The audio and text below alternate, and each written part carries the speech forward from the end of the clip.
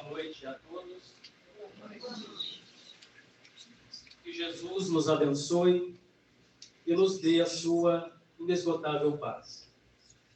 Antes de darmos início, propriamente, o tema sobre a depressão, nós vamos falar um pouco a respeito das aflições. Das aflições das quais o próprio Cristo se referiu em seu Evangelho. Está em João 16, no versículo 33, onde Jesus, conversando com os discípulos, falando das aflições, ele diz assim: tenho-vos dito estas coisas, para que em mim tenhas paz. No mundo tereis tribulações, mas tende bom ânimo, eu venci o mundo. E quando a gente observa essa colocação de Jesus, tende bom ânimo, eu venci o mundo, o Cristo nos apresenta um roteiro, pacificando as nossas situações conflituosas. O Cristo é o nosso exemplo de amor, bondade, perdão, caridade, paciência. Em situações difíceis, Jesus agia com paciência, com compreensão. Ele entendia as dificuldades do caminho, os companheiros do caminho, sempre resolvendo as situações embaraçosas da melhor forma possível. Porque é através da caridade, do perdão, sobretudo o perdão, porque a mágoa excessiva em nosso coração também facilita o processo da depressão. Quando nós nos magoamos, nos angustiamos, ou guardamos aquela mágoa excessiva de alguém, isso nos faz mal, intimamente falando. Então a gente vê que o Cristo apresenta o seu Evangelho para nós nos desencilharmos dessas aflições do caminho. As aflições que nós mesmos vamos criando no decorrer do tempo, da nossa evolução, porque nós fomos criados simples e ignorantes por Deus, e seremos espíritos perfeitos, todos nós alcançaremos a perfeição.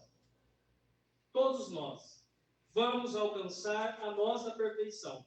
Chico Xavier dizia que a diferença está na trajetória. O único espírito que caminhou em linha reta para Deus, como está no livro O Consolador, foi Jesus de Nazaré, que quando esteve aqui na Terra, desde a formação do mundo, já era espírito perfeito, de luz, de amor, de abnegação, um espírito que foi capaz de renunciar e nos mostrar o caminho e como solucionarmos os nossos problemas, as nossas aflições. Tem de bom ânimo, tem de confiança em Deus, persevere, confie na misericórdia divina, e nós conseguiremos também, da mesma forma, pacificarmos os nossos conflitos íntimos. Uma outra experiência interessante é o do próprio Chico. O Chico, certa vez, com muitos problemas, dificuldades e aflições, ele rogou a intervenção dos benfeitores espirituais. Era problema cardíaco, era problema com a catarata, com o olho, eram variados problemas. A vida de Chico Xavier, imensas enfermidades, problema com o osso.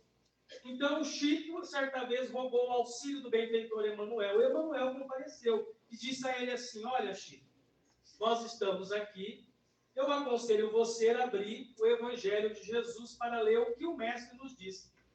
E o Chico, então, abriu lá o capítulo 11, versículo 28, e Emmanuel pergunta a ele o que está no Evangelho do nosso Senhor Jesus Cristo. E o Chico respondeu a Emmanuel: vinde a mim, todos vós que estáis aflitos, cansados e oprimidos, e eu vos aliviarei.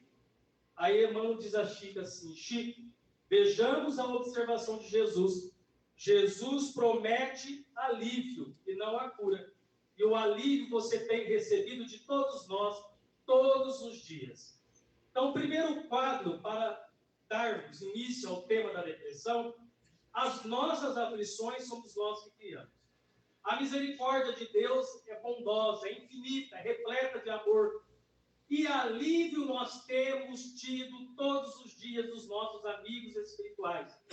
Quando adentramos a casa espírita, os benfeitores já estão presentes em nossa reunião. Daí porque o silêncio, a oração, daí porque buscarmos a espiritualidade através do nosso pensamento. Porque existe uma equipe espiritual nos atendendo, nos socorrendo, visitando os nossos lares, encaminhando espíritos desencarnados. Então, um alívio nós temos tido todos os dias para lidarmos com essas nossas dificuldades. Adentrando no tema da depressão, que é considerada hoje a doença do século, mas nós queremos dizer que a depressão é uma doença de todos os tempos. A depressão é tão antiga quanto o homem. Se as aflições, as dificuldades, as angústias já existiam desde a formação do homem, desde a nossa criação, porque a gente, a partir do momento que fomos criados por Deus, a gente vai complicando, vai dificultando a nossa caminhada, a gente vai embaraçando totalmente a nossa existência. Então vejamos, se nós percorrermos as páginas da história, encontraremos em todas as épocas irmãos nossos apresentando um comportamento típico de depressão. Jó é um dos personagens bíblicos. Em dado momento de sua vida, ele perde tudo. Ele perde seus bens materiais, bois, jumentos, propriedade, prestígio. Ele perde tudo. E diz o Evangelho que ele amaldiçoa a própria vida e deseja a própria morte. De tanta amargura, de tanta angústia. Isso é o quê? Depressão. Depressão num estado mais grave. Porque nós temos a depressão simples, moderada e a grave. Quando o indivíduo não toma cuidado com seus próprios pensamentos, com seus próprios hábitos, ela vai evoluindo. Isso torna uma depressão mais grave, que requer um cuidado maior. Então, Jó, ele desejava a própria morte. Um outro personagem do Evangelho, que nós vamos associar aqui a sentimento de culpa, Simão Pedro. Jesus foi preso, estava na casa de Caifás, está no livro Boa Nova. E Jesus diz assim a Simão Pedro: Pedro, por que critica? Por que critica os seus irmãos? Por que não quer que eu vou até eles lavar os seus pés? E eu te digo que esta noite tu me negarás por 3 vezes. E naquele momento, quando Pedro adentra a casa de Caifás, Judas entrega Jesus, como nós sabemos, com um beijo, a traição, e logo após os discípulos se dispersaram, todos eles, com medo, eles correram e se dispersaram. Somente João e Pedro acompanharam os passos de Jesus, segundo Humberto de Campos, no livro Boa Nova, de longe. E João levava as informações para Maria de Nazaré. Enquanto Pedro permanecia na casa de Caifás, e Jesus estava numa cela, logo na entrada do pátio, Simão Pedro estava a aproximadamente 2 metros de Jesus, mais ou menos, quando negou por 3 vezes. Quando Pedro nega Jesus por 3 vezes, ele ouve o canto dos galos e recorda a advertência de Jesus: tu me negarás por 3 vezes. Sentimento de culpa. Diz Humberto de Campos que ele entrou numa angústia profunda e chorou amargamente. Não é um choro comum, é um choro amargo, de arrependimento, de tristeza, de angústia. Só que Simão Pedro soube lidar com isso. Logo após, ele recebe uma visita do Cristo em sonho, diz Humberto de Campos, e ele se reconforta, porque Jesus vem amenizar o seu sofrimento. Apacenta, Pedro, as minhas ovelhas. Levantai e caminhai. Continue o trabalho. E ele vence o processo de tristeza profunda que nós consideramos como depressão. Um outro caso que nós vamos encontrar também no Evangelho é de Judas, que não conseguiu vencer o sentimento de culpa. Sentimento de culpa é uma das causas da depressão. A consequência da depressão é o suicídio. Judas não aguentou a pressão e ele atentou contra a sua própria vida. Ao contrário de Simão Pedro, que conseguiu reverter a situação. Então, a depressão é uma doença de todos os tempos. Mas quando começou a depressão? Mais ou menos, este senhor que era médico, Hipócrates, ele, há 400 anos antes de Cristo, começou a falar sobre a melancolia. Era uma tristeza que ele observava que agredia profundamente as pessoas. E ele começou a estudar o processo de tristeza que agredia as pessoas. Hipócrates era médico. Ele não podia fazer nenhum tipo de cura. A cura pertencia aos sacerdotes. O médico não era considerado um ser de Deus. Não era considerado um ser da divindade. Somente os sacerdotes eram considerados homens de Deus. Então, quando Hipócrates encontrava alguém num processo depressivo, de dor e de sofrimento, ele atendia, como um bom médico. Mas a cura cabia aos sacerdotes realizar. Então, a cura era feita da seguinte forma. O sacerdote levava a pessoa para o alto de um penhasco de aproximadamente 200 metros. Seria aí aproximadamente um edifício de 30 a 40 andares. Fazia uma oração e empurrava a pessoa para dentro do mar. Esse era o tratamento de choque daquela época para despertar a pessoa do processo depressivo. Agora, nós não sabemos quantas pessoas saíram daquela situação.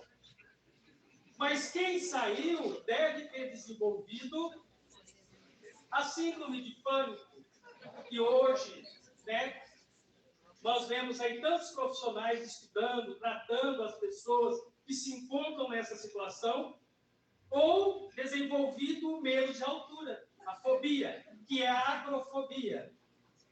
Então, a gente vê que, naquele tempo, o processo de cura, o processo de choque para despertar uma pessoa contra a depressão, era somente uma oração e um empurrão. Era o meio, era o tratamento de choque para que a pessoa se despertasse. Hoje nós temos o tratamento de choque, o eletroconvulsoterapia, que auxilia a pessoa que está no processo de depressão. Então, esse empurrão e essa oração era o tratamento de choque daquela época. Essa questão da melancolia, ela perdurou aproximadamente 2.200 anos. Começou por Hipócrates, há 400 anos antes de Cristo, até o final do século XIX e inaugurando o século XX. Tanto que nós vamos encontrar na própria codificação, no capítulo 5, no item 25, onde os Espíritos tratam do assunto. E vejamos o que os Espíritos dizem. Sabeis porque, às vezes, uma vaga tristeza se apodera dos vossos corações e vos leva a considerar amarga a vida. É que o vosso espírito, aspirando à felicidade e à liberdade, se esgota jungido ao corpo que lhe serve de prisão. Em vãos esforços para sair dele. Reconhecendo inúteis esses esforços, cai no desânimo e, como o corpo lhe sofre a influência, toma-vos de uma lassidão, um abatimento, uma espécie de apatia, e vos julgais infelizes. Então, isso é o que os Espíritos nos falam.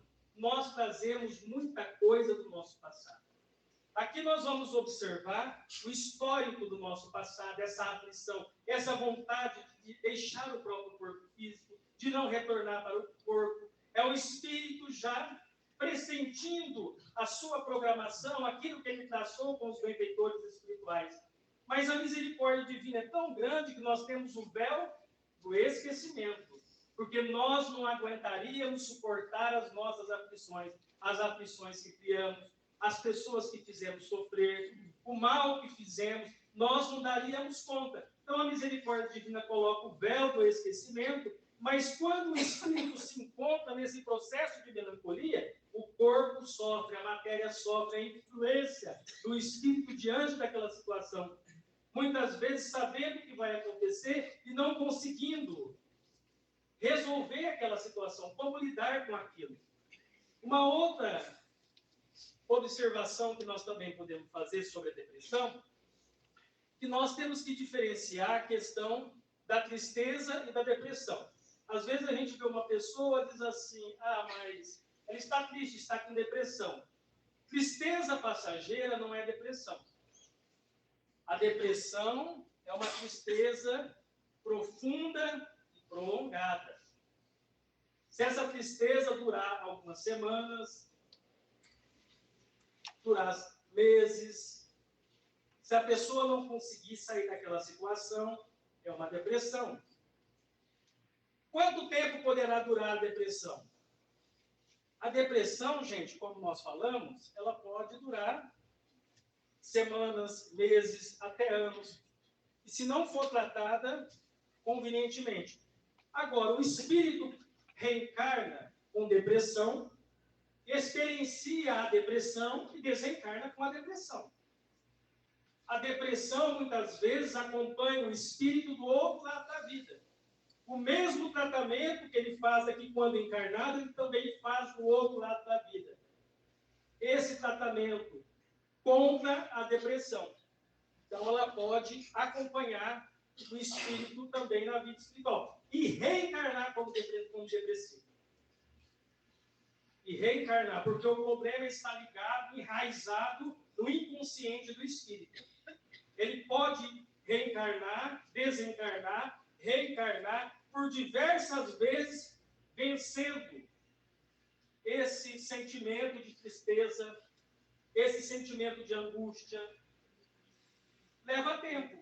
Não é de uma hora para outra que nós vamos conseguir lidar com tudo isso.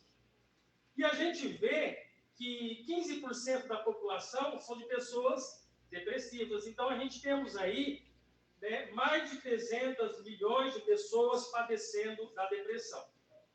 A depressão ela pode afetar crianças, adolescentes, jovens, pessoas maduras, idosas. Então, ela não escolhe essa tristeza, essa angústia. Ela não escolhe uma idade. Então, a gente vê crianças com problemas depressivos, passando por várias dificuldades. Nós vemos aí na própria medicina o tanto que as enfermidades aumentaram num período de 30 anos. Lá no CID-10, nós vamos encontrar mais de 10 tipos de depressão. E o CID-10 foi apresentado para as nações mais ou menos em 1990. O CID-10 é o Código Internacional das Doenças. Então, quando a gente está com problema, com uma dor de cabeça, problema no esôfago, no fígado, no dedo do pé, a gente vai no médico. Cada enfermidade, quando ele vai fazer um atestado, ele pega uma numeração e faz um atestado em cima daquilo. Mas hoje nós temos o CID-11. No CID-10 nós temos, quando inaugurou, com o passar do tempo, mais de 14 mil enfermidades. Mais de 14 mil enfermidades. Em 2022, o CID-11 foi inaugurado mais ou menos maio de 2023, num período de 2 anos, para que as nações se acostumassem com as novas enfermidades. Se no CID-10 tinha mais de 14 mil enfermidades, no CID-11 nós temos mais de 55 mil enfermidades. Então, num período de 30 anos, nós quadruplicamos o quadro das enfermidades. Vejamos o tanto que aumentou as enfermidades. Vamos ver um exemplo. No CID-10, nós temos lá síndrome de ansiedade. No CID-11, nós vamos encontrar como nomofobia. Nomofobia é o medo da ausência do celular. A pessoa não consegue ficar longe da tela, longe do celular. Ela não consegue. Nós temos um caso de um jovem, um amigo meu psicólogo, ele me falou, que a família decidiu arrancar o telefone do jovem. Então, a partir daquele momento, como o desempenho dele escolar não estava bom, então a família decidiu tirar o telefone. A partir de hoje, você não vai ter o telefone. Pegaram o telefone dele. Ele tentou suicídio 2 vezes, porque a família tirou o celular. Ele se cortou várias vezes tentando se matar. Uma outra situação, a mesma coisa. A pessoa se trancou, não conversou mais com ninguém, desejando morte constantemente, desejando contra a sua própria vida. Então, a gente vê que é uma situação que tem levado as pessoas a adoecer emocionalmente falando. É uma ferramenta de trabalho, é uma necessidade, sim. Só que a gente vê, às vezes, numa reunião, a pessoa está numa reunião, o celular do lado. A pessoa está com o celular do lado, ela não consegue ficar longe do celular. Ela está no café da manhã, está no celular. Ela levanta, nem sequer faz uma prece. Olha o celular, as mensagens que tem. Depois ela lembra que tem que fazer xixi, tem que fazer outras coisas. Então, lá no CID 11, a gente vai ver que a nomofobia, que é esse medo da ausência do celular, tem levado as pessoas também a esse processo de depressão. Então, a gente vai ver aqui alguns perfis de comportamento de pessoas depressivas. Aparência triste e abatida, pessoa não fala, tem um tom de voz baixo, tem poucos assuntos para conversar, muitas vezes não aceita a ajuda. Aí está um problema muito sério. Porque lá no livro Obreiros da Vida Eterna, no capítulo 2, nós vamos encontrar o médico Barcelos conversando com André Luiz. Barcelos foi médico na Terra, desencarnou, voltou para a vida espiritual e ele se interessou na área da psiquiatria e da psicologia. E ele começou a estudar com afinco na vida espiritual, a psiquiatria, a psicologia, e conversando com André Luiz, ele fala assim: olha, depois que eu cheguei do lado de cá, estudando, associando o que Freud falou, o que Jung disse a respeito desse assunto da psicanálise, analisando tudo isso, eu cheguei à conclusão, olha o que ele fala, que os tratamentos realizados numa clínica com um profissional da saúde atendem somente à superficialidade do problema. Porque é na raiz do inconsciente que está o problema. Os traumas que a pessoa traz, os dramas, os complexos de inferioridade, de castração.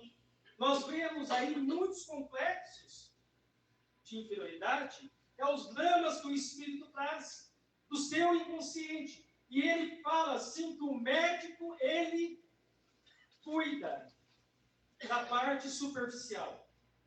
Auxilia o paciente a voltar a uma vida normal, a sair daquela tristeza, daquela angústia.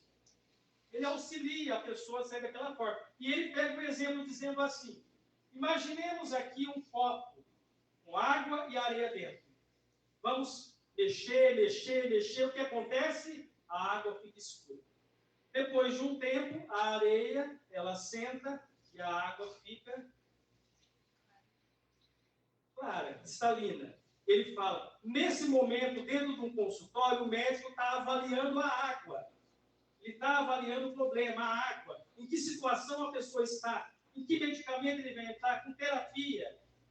Qual o tipo do remédio? O que ele vai recomendar para aquela pessoa? É o momento de avaliar. Aí ele fala assim para o André Luiz, e isso só será resolvido na vida da pessoa a partir do momento que ela quiser.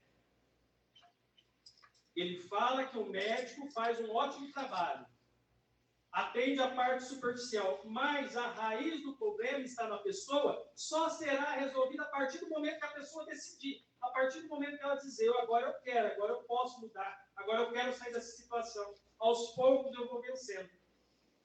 Então, meus irmãos, dentro desse assunto, nós vamos encontrar 4 tipos de depressão que nós vamos falar. Primeiro é a depressão reativa. Como o próprio nome fala, é uma reação ao estímulo externo. Depressão reativa. A desencarnação de um membro da família, o término de um relacionamento, a perda de um emprego, de um imóvel, a mudança de uma localidade, a pessoa se angustia, a pessoa se entristece e entra nesse processo de depressão reativa. O seu estado de humor praticamente muda, se transforma nessa situação. Então, a depressão reativa, ela acontece muitas vezes. A gente está passando por determinada dificuldade e não consegue lidar com aquilo. A gente se entristece, a gente não resolve, a gente foge, não conversa, não busca auxílio. Não busca auxílio. Vejamos um exemplo muito interessante. A gente vê a mulher, e aponta o índice aí, que o maior número é de mulheres. Mas por quê? Porque a mulher, gente, quando ela está angustiada, quando ela está triste, quando ela está nervosa, todo mundo fica sabendo. Ela sai falando para todo mundo que não está bem. O homem não, o homem ele fica calado. Porque isso daí é um fruto da educação dos nossos pais. É um fruto de educação dos nossos pais. Vamos imaginar duas crianças correndo aqui, de 3 a 4 anos de idade. Aí a menina cai, o pai já conversa com a menina, minha filha levanta, o papai te ama, venha cá, vamos conversar. O menino cai, o que a mãe fala, o pai fala, levanta, engole o choro. Você é homem não pode chorar. E muitas vezes a gente vê que os próprios homens não buscam o auxílio. Quem busca mais auxílio é a mulher. A mulher, quando o problema aparece, ela vai ao neuro, ela vai no psiquiatra, ela vai no psicólogo, ela vai no benzedor, ela vai na casa espírita. Pode ver que o número dentro de uma casa espírita é mais de mulher do que de homem. São as mulheres que recorrem ao tratamento. O homem, muitas vezes, ele fica calado, ele se esconde, porque ele tem que mostrar que ele é uma pessoa forte, que ele é uma pessoa dura. Uma outra situação, nós vamos observar, da depressão mascarada. Muitas vezes a pessoa por fora está bem, mas por dentro ela não está bem. Então, como nós vimos, quem mascara mais a depressão? O homem ou a mulher? O homem. O homem mascara mais o seu processo depressivo. E ele arruma 3 fugas para sair desse sentimento de depressão, de angústia mascarada. Ele arruma 3 fugas. Quais são as fugas? Trabalha, mais trabalha e trabalha. Ele tem que entrar às 7 no serviço, ele entra às 6. Ele tem que sair às 5, ele sai às 10, ele sai às 11. Trabalho. É uma fuga do processo mascarado daquela pessoa que está depressiva. Quando o homem ele busca essa fuga, a gente fala assim, não, mas fulano trabalha tanto, mas não sabe o que está passando com ele. Seu íntimo. Às vezes é uma fuga, às vezes ele está tentando fugir de uma situação e se entrega ao trabalho. Uma outra coisa que está associada ao trabalho é uma atividade física, esportiva, natação, academia. Quando isso é feito de forma excessiva, quando a pessoa busca, porque nós sabemos que o esporte é bom, que ajuda, principalmente a pessoa que está fazendo um tratamento contra a depressão, mas muitas vezes essa busca excessiva é uma fuga, e está associada a uma outra fuga, que é o alcoolismo. Aí ele sai para beber uma com os amigos, ele bebe 10, 15, 20. Depressão mascarada. Uma outra depressão que nós vamos falar também, depressão sazonal. Essa depressão sazonal aqui, ela ocorre em determinada época do ano. Vamos pegar um exemplo aqui. Eu tenho um parente, vamos pegar um exemplo. A minha mãe faleceu no mês de maio. Então, todo ano, quando chega janeiro, eu fico triste, angustiado, porque aí eu começo a recordar todos os acontecimentos, a internação, os cuidados com a família. Janeiro eu estou angustiado, fevereiro eu estou triste, março eu estou mais triste. Eu vou recordando todos os anos essa mesma situação. Passa maio, eu volto à minha normalidade. Muitas vezes essa depressão sazonal ela está relacionada ao isolamento social. Ao isolamento social. A pessoa muitas vezes sente muito cansaço. Vejamos um exemplo. O Emerson Berdizoli, que é um psicólogo de Belo Horizonte, espírita, ele fala assim que ele estava atendendo uma senhora e, de repente, o tempo fechou.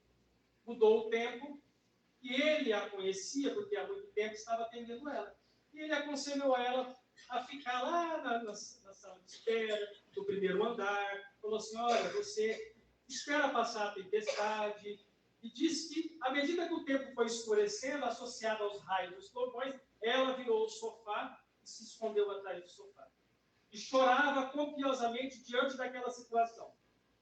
Passaram-se alguns tempos, Divaldo Franco estava em Belo Horizonte fazendo uma palestra. Ela foi até Divaldo Franco, relatou a sua situação, e toda vez que o tempo fechava, acontecia tudo isso. Ela entrava num desespero, num conflito, e Joana de Ângeles disse a Divaldo Franco que ela foi participante de guerra no passado. Ela foi uma pessoa que participou de muitas guerras. E um dos movimentos mais frequentes para atacar os seus inimigos era quando o tempo fechava, escurecia e chovia, ela aproveitava a oportunidade com os soldados para aniquilar os seus inimigos. Então ela reencarnou e ela trazia no seu inconsciente essa vaga lembrança dessa situação. Todo ano era a mesma situação. Isso é depressão sazonal. A depressão bipolar é uma situação mais complexa aqui. No caso da bipolar, nós vamos observar que a pessoa ela não faz os seus cuidados higiênicos, ela muitas vezes, além da tristeza profunda, ela tem vontade de morrer. Então a gente vê assim que existem os altos e baixos da vida diária. Então aqui na depressão bipolar, nós vamos observar um quadro muito interessante, um quadro grave de mania ou alegria patológica. Porque a euforia demais é uma alegria doentia. Se a gente vê que na depressão, a tristeza profunda e prolongada é uma depressão, a alegria, a euforia demais também é uma depressão. Também é uma depressão. Porque nessa situação aqui, a pessoa, muitas vezes, quando alguém chega com uma notícia triste de alguém, ela fica alegre. Ela fica alegre. Por isso que nós temos que tomar cuidado com o nosso emocional. Quando nós vibramos contra alguém que está numa situação difícil, a gente vai adoecendo emocionalmente falando. Porque é uma doença, é uma alegria patológica. Porque nós estamos vibrando contra aquela pessoa, desejando o mal dela. Então, isso vai fazer mal para a gente, na nossa intimidade. Então, nesse quadro aqui, é um quadro complexo, e pode demorar aí de 1 mês, a 2, a 3 meses, para a pessoa sair dessa situação aqui, de mania, de alegria patológica. E quando ela sai dessa situação, nós vamos encontrar um outro quadro grave, que é de angústia extrema, desse quadro. E também nós vamos encontrar a eutimia ou a normalidade. Nós somos considerados pessoas eutímias. Ora, nós estamos bem, daqui a pouco nós estamos mal, daqui a pouco a gente levanta. Estamos sempre procurando o equilíbrio. A pessoa que está na depressão bipolar, quando ela fica nesse quadro aqui de 2 a 3 meses, ela desce para a eutimia, ela leva aproximadamente de 15 a 20 dias para buscar a sua normalidade. Nesse período aqui, se a família não tomar cuidado, se os médicos não mudar o medicamento, o risco de suicídio é iminente. A pessoa pode, a qualquer momento, cometer um suicídio. Como aqui no quadro de angústia extrema. No quadro de angústia extrema, a pessoa diz assim: olha, você ganhou na loteria. Você ganhou na Mega Sena sozinho. A pessoa fala assim: mas o que eu vou fazer com tanto dinheiro? Eu não tenho alegria, eu não tenho vontade de viver. Para quê? O que adianta ter dinheiro se eu não tenho vontade? Ela está no quadro de depressão. Ela está num quadro de depressão de angústia extrema. E nesse quadro de depressão, angústia extrema, é a mesma coisa. Ela demora de 15 a 20 dias para chegar nesse estado aqui. Tem um caso de um senhor que ele relata, ele fala que ele estava no Chile, trabalhando com o governo brasileiro em acordo com o governo chileno, numa plataforma de petróleo. De repente, ele estava nesse quadro de angústia extrema. Ele tinha depressão, tomava os medicamentos, ia ao psiquiatra, fazia suas terapias, e ele tentou contra a sua própria vida. Só não conseguiu porque um amigo brasileiro chegou e tirou daquela situação. Quando tirou ele dessa situação aqui, ele retornou para o Brasil. A família aguardando ele, pronto para levar ele no psiquiatra, para tocar os medicamentos. ele entra nesse quadro de mania ou de alegria, que é a euforia, a alegria intensa. Ele entra nesse quadro de alegria intensa. Ele chega em casa e fala para a esposa assim, olha, eu já melhorei dessa situação, ou seja, o quadro de angústia extrema, já estou bem, eu vou sair para visitar os amigos. Eu vou ver como os amigos estão. E ele sai para visitar os amigos, daqui a pouco ele volta, ele diz para a esposa assim, olha, eu comprei aquele sítio que você tanto queria. E a esposa olha para ele e diz assim, mas como você comprou esse sítio? Nós não temos dinheiro para comprar esse sítio. Eu comprei, eu dei um cheque, predatei a outros, comprei o sítio. Você não queria aquele sítio? A esposa foi lá no dia seguinte, apresentou o laudo médico, falou que ele tinha depressão, que ele fazia um tratamento, desfez o negócio. Semana seguinte ele saiu, novamente fez outra compra. Foi lá, comprou uma Hilux, disse assim, olha, eu comprei a Hilux que você tanto queria. Ou seja, a esposa novamente teve que ir lá, desfazer o negócio, porque ele estava no processo de compulsão. E nesse processo de alegria extensa, a pessoa compra o mundo inteiro, porque ela atinge esse período de alegria intensa. Nem todos que têm compulsão pela compra estão nessa situação. Mas, muitas vezes, acontece isso daqui. O que o Evangelho nos fala a respeito do combate contra a depressão? Nós observamos aí tantos apontamentos falando sobre a depressão, nos ensina que nós devemos cuidar do nosso corpo e cuidar do nosso espírito. A doutrina espírita sempre aconselha a pessoa a procurar um profissional da saúde. Em qualquer situação, porque depressão não é frescura, depressão não é preguiça, depressão não é moleza, depressão é algo sério que nós estamos observando. Então, a doutrina espírita, em primeiro lugar, busque um profissional, um médico, vai se tratar, mas associa isso ao tratamento espiritual. Aí nós vamos recordar de Chico Xavier. O Chico fala assim, que nós escolhemos horário para o alimento material, buscamos a devida medicação quando enfermos. Por que relegar nossa alma, que é imortal, ao descaso, diante do Evangelho de Jesus?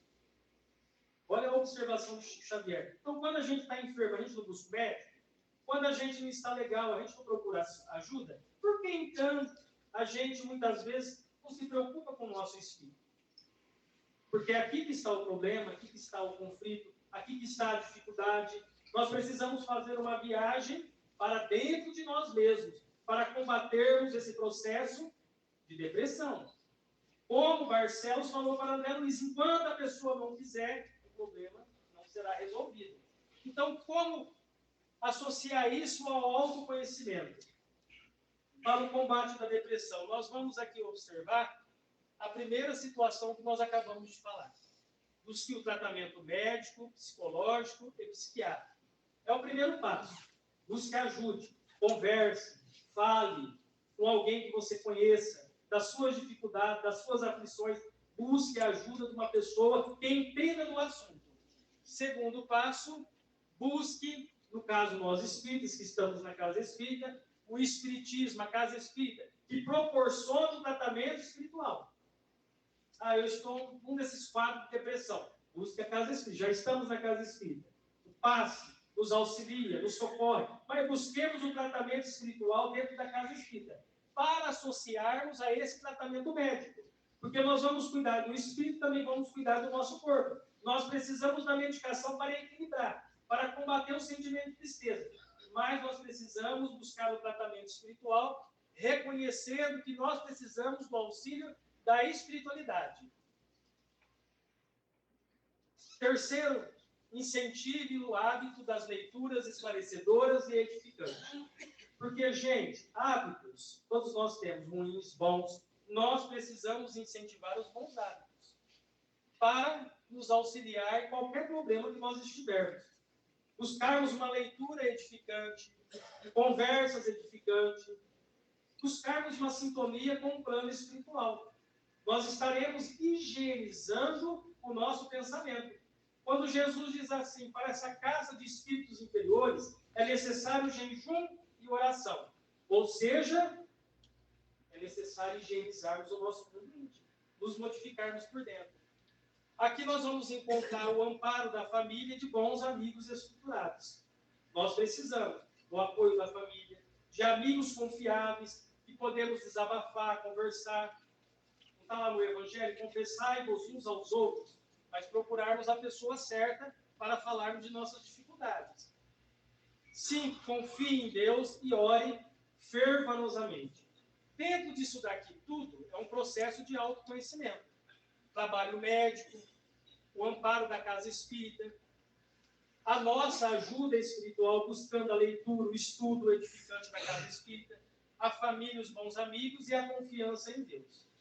E por último, para finalizarmos, no livro Saúde Mental à Luz do Espiritismo, o Carlos Bacelli, o Espírito Inácio Ferreira, nos traz aqui uma preciosa lição. Ele fala assim: Jesus Cristo no coração é equilíbrio na cabeça. Por isso, o Evangelho, por excelência, é o livro da saúde mental. Jesus Cristo é equilíbrio na cabeça.